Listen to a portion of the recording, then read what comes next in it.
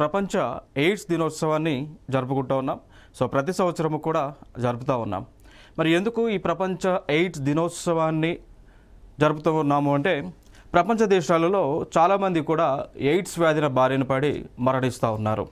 So దానిలో భాగంగా ప్రపంచ దేశాలన్నీ కూడా ఈ యొక్క ఎయిడ్స్ వ్యాధి అనేటువంటిది ఏ విధంగా వస్తుంది, దానివలన అంటే ఎయిడ్స్ వ్యాధి అనేటువంటిది ఏ విధంగా వస్తుంది, రాకుండా ఎటువంటి చర్యలను తీసుకోవాలి అనేటువంటి అవగాహన కార్యక్రమాలన్నీ కూడా ప్రపంచవ్యాప్తంగా కూడా ప్రభుత్వాలు అదేవిధంగా ఎన్జిఓలన్నీ కూడా కలిసి నిర్వహిస్తూ ఉంటాయండి.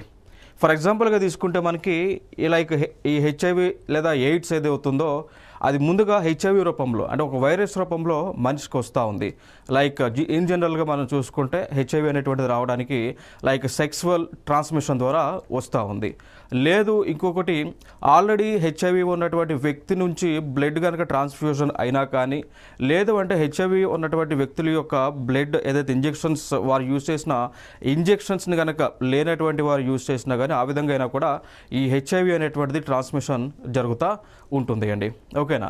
సో అట్లా జరుగుతుంది కాబట్టి ఆ విధంగా చేయొద్దని చెప్పడానికి, దాంతోపాటు హెచ్ఐవి ట్రాన్స్మిషన్ అనేటువంటిది ఇన్ జనరల్గా కలిసి కూర్చొని తిన్నా కానీ, కలిసి కూర్చొని భోజనం చేసినా కానీ, మాట్లాడినా కానీ రాదు అనేటువంటి అంశాన్ని కూడా తెలియజేయడానికి ఈ యొక్క క్యాంప్స్ అనేటువంటివి నిర్వహిస్తూ ఉన్నారు.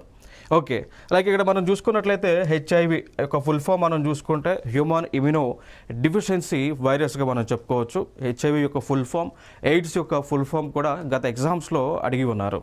సో ఎయిడ్స్ పరంగా మనం చూసుకుంటే ఎక్వైర్డ్ ఇమ్యూనో డిఫిషియన్సీ సిండ్రోమ్ అంటాం. హెచ్ఐవిని హ్యూమన్ ఇమ్యూనో డిఫిషియన్సీ వైరస్గా పిలుస్తూ ఉన్నాం. సో ఈ రెండు అంశాల యొక్క గుర్తుపెట్టుకోండి.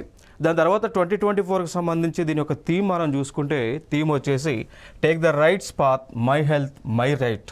సో హక్కుల మార్గాన్ని ఎంచుకోండి, నా ఆరోగ్యం నా హక్కు అనేటువంటి ఒక ఇతివృత్తంతో థీమ్తో ఈ యొక్క 2024 యొక్క డిసెంబర్ 1 ఎయిడ్స్ దినోత్సవాన్ని ప్రపంచవ్యాప్తంగా కూడా జరుపుకుంటూ ఉన్నారు.